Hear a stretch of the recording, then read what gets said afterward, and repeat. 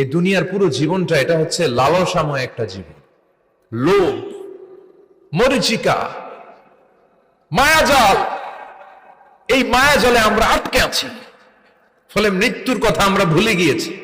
পাগলের মতো ছুটছি, আরো টাকা লাগবে, আরো খ্যাতি লাগবে, আরো যশ লাগবে, আরো দাপট লাগবে। আমার এত টাকা দিয়ে কি হবে, এত সম্পদ দিয়ে কি হবে, এত ব্যস্ততা দিয়ে কি হবে তোমার? স্টপ, থামুন, অনেক হয়েছে, আন্না, থামুন। Take a rest, take a breath and think about death. Think that you have to go back to your Lord. একটু বসেন না, একটু ভাবেন যে আমাকে চলে যেতে হবে, চলে যেতে হবে। এই কোলাহল, এই ব্যস্ততা, এগুলো থাকবে, থাকবো না আমি। সাইয়েদনা ওমর ফারুক বলেছেন, মুতু ক্বাবলা আন তামুতু, মরার আগে একবার মরো। হাসিবু ক্বাবলা আন তুহাসাবু আলাইকুম, তোমার হিসাব নেওয়ার আগে তুমি একবার নিজের হিসাবটা করো না। কাগজ বের করে একটু লিখো না কি কি ভালো কাজ করছিলা, যেগুলো দিয়ে নাজাতের ওয়াসিলা হতে পারে, 1 2 3, আর কি কি আকাম কুকাম করছো দেখো না, লিখে দেখো তোমার অবস্থাটা কি। মরার আগে একবার মরো। মরার আগে খাটের মধ্যে শুয়ে শটান করে চোখ বন্ধ করে একবার মরার ভান করে দেখেন কেমন লাগে। চোখটা বন্ধ করেন আর ভাবেন আপনি নাই, কি কি হতে পারে ভাবেন। আপনার ছেলে মেয়েরা কান্না জুড়ে দিবে, আপনার প্রাণের স্ত্রী বিলাপ শুরু করে দিবে, বন্ধু বান্ধবের চিৎকার আর মাতম, স্থানীয় এলাকার মসজিদে ঘোষণা, অমুক এলাকার নিবাসী অমুক ভাই, অমুকের ছেলে অমুক দুনিয়ায় নাই। সব আত্মীয়রা চলে আসবে, ফেসবুকে স্ট্যাটাস দেয়া হবে, সবাই সবাইকে জানাবে বিকাল 4টায় অমুক হাই স্কুল ময়দানে আপনার জানাজা। ছুটে আসবে, সবাই ছুটে আসবে আপনাকে শেষ বিদায় দিতে, গুড বাই জানানোর জন্য, আল ওয়াদা, বিদায় জানাতে আসবে সবাই। 4 তাকবীর দিয়ে আপনার জানাজা হবে, অশ্রুসিক্ত জানাজায় আপনার বিদায় হবে। কাঠের খাটিয়ার মধ্যে করে কাঁধে তুলে আপনার কবরে নেওয়া হবে, আগে থেকে খুঁড়ে রাখা কবরটার মধ্যে আপনারে বিছিয়ে দেয়া হবে, বাঁশের কচি দিয়ে তার উপরে মাটির চাপা দিয়ে সব চলে যাবে। ভাবেন না একবার চোখ বন্ধ করে, this is the circle of life, this is the nature of life. এটা সবার হবে, আমার হবে, আপনার হবে। এত মায়া, এত ভালোবাসা কই যাবে? কেউ থাকবে না, সবাই আপনার অন্ধকার কবরে রেখে দিয়ে চলে আসবে। উপরে বাঁশের কঞ্চি, তার উপরে মাটির চাপা, অন্ধকার আর অন্ধকার। এই অন্ধকার যেন শেষ হতে চায় না, শুধুই অন্ধকার, ঠিক কিনা? এজন্য আমাদের চলে যেতে হবে। দাদা গেল, চাচা গেল, মামা গেল, আমাদেরকেও যেতে হবে, জোরে কোন ঠিক কিনা? এজন্য আখিরাতের কথা যেন আমাদের স্মরণ হয়। বিশ্বনবী বলতেন, নাহাইতুকুম আন জিয়ারাতিল কুবুর, আমি তোমাদেরকে কবর জিয়ারত করতে আগে নিষেধ করতাম, কিন্তু এখন নিষেধাজ্ঞা প্রত্যাহার করে নিলাম। এখন সব সময় তোমরা কবরের সামনে যাবা আর জিয়ারত করবা।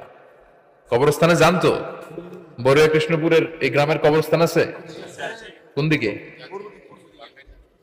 পূর্ব দিকে আছে, গোখরার জলের ওদিকে। যান আপনারা, একটু যাবেন, একটু গেলে আখিরাতের কথাটা স্মরণ হবে। ওখানে ছোট শিশুরা শুয়ে আছে, কিশোর যুবকরা আছে, আপনার মতো তাগড়া যুবক, মুরব্বীরা আছে। এরা এই এলাকায় থাকতো, এরা আকাশ থেকে নেমে আসে না, এই এলাকার সন্তান আজ নাই। একটা সার্টেন পিরিয়ড শেষে আপনিও থাকবেন না। This is the nature of life, this is the circle of life. ছোট্ট শিশু হয়ে এসেছিলেন, শৈশব, কৈশোর, যৌবন, প্রৌঢ়ত্ব। আগে ছিলেন সিঙ্গেল, বিয়ে করে হয়ে গেলেন ডবল।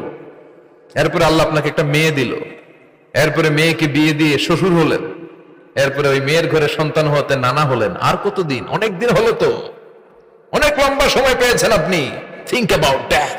এবার যাওয়ার কথা ভাবেন, আখিরাতের সামানের কথা ভাবেন, ফিরে যেতে হবে। কি শক্তিশালী যুবক, বার্ধক্য চলে আসলে লাঠি ছাড়া চলতে পারে না। কুচকুচে কালো দাড়ি সাদা হয়ে যায়, দাড়ির শুভ্রতা, বয়সের ভার, রং ধরা যৌবন জং ধরে শেষ, ঠিক কিনা? This is the circle of life. যুবক ভাইরা, এটাই জীবন, চলে যেতে হবে, কেউ থাকতে পারবে না, ঠিক কিনা? এটা রিমাইন্ডার আল্লাহ এই সূরার ভেতরে দিয়েছেন যে তোমাদেরকে ফিরে যেতে হবে। এই লোভ লালসা ছেড়ে দাও। রব্বুল আলামিন বলেন, আলহাকুমুত তাকাসুর হাত্তা যুরতুমুল মাকাবির। ও গোলাম, দুনিয়ার সম্পদ, লোভ লালসা তোদেরকে পাগল বানিয়ে দিয়েছে। এই লোভ পাগলামি কোনোদিন তোদের থামবে না যতদিন না তোরা কবরে ঢুকবি, ঠিক কিনা? কার কথা? আল্লাহ বললেন দুনিয়ার সম্পদ আর লোভ আর মোহে তোমরা গাফেল হয়ে গিয়েছো, আখিরাতের কথা বেমালুম তোমরা ভুলে গিয়েছো। কিন্তু আখিরাতে তোমাদের যেতেই হবে, কবরের বাড়িতে তোমাদের ঢুকতেই হবে, ঠিক কি না? যেতেই হবে। আমরা ভুলে যাই। আলহাকুমুত তাকাসুর, অতিরিক্ত পাওয়ার লোভ, বেশি বেশি খাওয়ার লোভ, বেশি বেশি জমানোর লোভ মানুষকে গাফেল বানিয়ে দিয়েছে। এটা মানুষের স্বভাব। আরো চাই, আরো চাই, এই স্বভাবটা আছে না নাই? দেখবেন ছোট বাচ্চারা মসজিদের দোয়া অনুষ্ঠান শেষে জিলাপি দেয় না? বড়ুয়া কৃষ্ণপুর কি দেয়? আগে বাতাসা দিত না, এখন কি দেয়?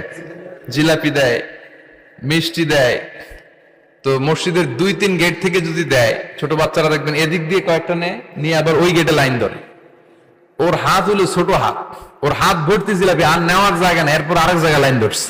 আরো লাগবে, আরো লাগবে, এই আরো আরো আরো চাই, এই স্বভাবটাই মানুষকে কুড়ে কুড়ে শেষ করে দিয়েছে। এত লাগবে কেন তোমার? চাহিদার কোনো শেষ নাই। Unlimited demand of human being. যার আছে বেশি তার চাই বেশি। যার সাইকেল আছে তার হুন্ডা চাই, হুন্ডা আছে তো প্রাইভেট কার চাই, প্রাইভেট কার আছে তো প্লেন চাই, প্লেন আছে তো হেলিকপ্টার চাই, হেলিকপ্টার আছে তো ওইটা চাই, ওইটা আছে তো সেটা চাই, ঠিক কিনা? এলাকার মেম্বার যে হয়েছে চেয়ারম্যান হতে চায়, আছে না নাই? চেয়ারম্যান সাহেব এমপি হতে চায়, আছে না নাই? এমপি সাহেব মন্ত্রী হতে চায়, আছে না নাই? মন্ত্রী সাহেব প্রধানমন্ত্রী হতে চায়, আছে না নাই? তো মানুষের চাহিদার কোনো শেষ নাই। যার আছে বেশি তার চাই বেশি। এজন্য বিষ্ণু বলেছেন উনজুরু ইলা মান হুয়া আসফালা মিন, তোমার চেয়ে যে খারাপ আছে ওর দিকে তাকাও। ওয়ালা তানজুর মান হুয়া আ'লা মিন, তোমার চেয়ে যে ভালো আছে ওর দিকে তাকায়ও না, তোমার চেয়ে যে খারাপ অবস্থানে আছে ওর দিকে তাকাও।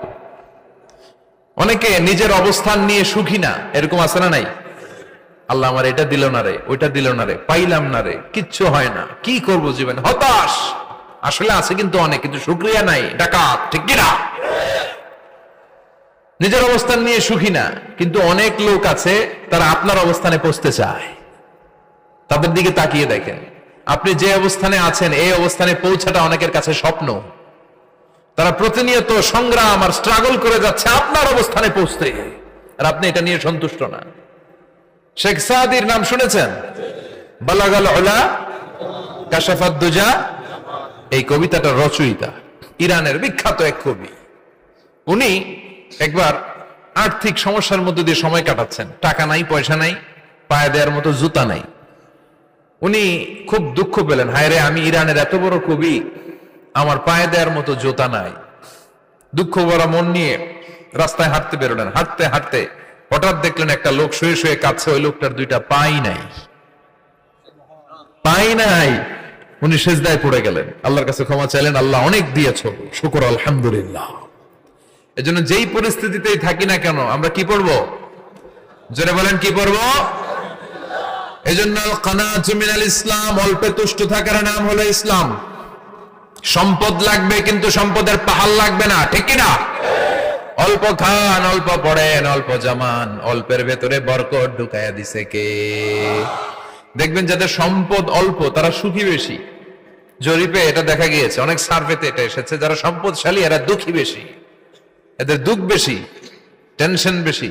খুব স্বাভাবিক, টাকা যার বেশি রোগ তার বেশি, টাকা যার বেশি টেনশন তার বেশি, টাকা যার বেশি ঘরে শান্তি তার কম, আছে না নাই? ঘরের ভেতরে অশান্তি, ছেলে কথা শোনে না, ছেলে টানে গাঞ্জা, মেয়ে করে পরকিয়া, আছে না নাই? স্ত্রী কথা শোনে না, ভালোবাসা নাই, ঘরটা জাহান্নামের টুকরা। রোগ বালাই, এক একটা হসপিটাল বিল পরিশোধ করতে মাসে 5 লাখ 10 লাখ, আছে না নাই? কিছু খেতে পারে না, ডাক্তার একেবারে ডায়েট মেনু বেঁধে দিয়েছে, ডায়েট, ভেরি ডায়েট মেনু, এটা এটা এটা এটা কিছুই খাবেন না, শুধু গরু খাবেন না, খাসি খাবেন না, চিংড়ি খাবেন না, খালি ঘাস খাবেন, ইচ্ছে মতো ঘাস খাবেন, মানে ঘাস জাতীয় যত আইটেম আছে সব খাবেন, শাক খাবেন, সবজি খাবেন, সালাদ খাবেন, গরু, চিংড়ি, মুরগি, গোশত, ইলিশ কিছু খেতে পারে না। তাহলে রোগ বেশি, খাওয়ার মজা নাই, ঘরে সাংসারিক শান্তি নাই, খালি ব্যারাম আর ব্যারাম, ঠিক কিনা? কিন্তু সম্পদের পাহাড় ঘটেছে।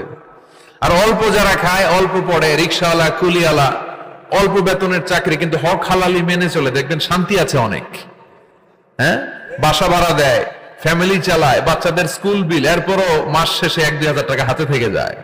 আর ওর প্রতি মাসে 10 কোটি টাকা ইনকাম, তারপরও ব্যাংকের ঋণ আছে না নাই? সুখ কারে বলে? কিভাবে আপনি সুখকে ডিফাইন করবেন? সুখ তো টাকায় কিনা যায় না। শান্তি টাকা দিয়ে হয় না, শান্তি দেওয়ার মালিক কে? শান্তি আছে অল্প খেয়ে শুকর করার মধ্যে, শান্তি আছে আলহামদুলিল্লাহর মধ্যে। চিল্লায় বলেন ঠিক কিনা? এজন্য অল্প খাবো, অল্প পড়বো, অল্প জামাবো, অল্পের ভেতরে বরকত দিয়েছে কে? দেখেন ধনী ভাইরা খেতে পারে না, কিন্তু রিকশালার কি সমস্যা হয়? রিকশালারা সব খেতে পারে। কুলিওয়ালা, দিন মজুর, এরা একেবারে স্লিম সুঠাম দেহি, মেদহীন পেট, পেটে কোনো মেদ নাই, ভুড়ি নাই। আর কোটিপতিদের মেদ আছে না নাই? এত বড় বড় পেট, ঠিক কিনা? আমাদেরও পেট আছে, তবে হালাল পেট। এটা হারাম টাকা দিয়ে এই ভুড়ি বানাই নাই আমরা। ছেলে বলেন ঠিক কিনা?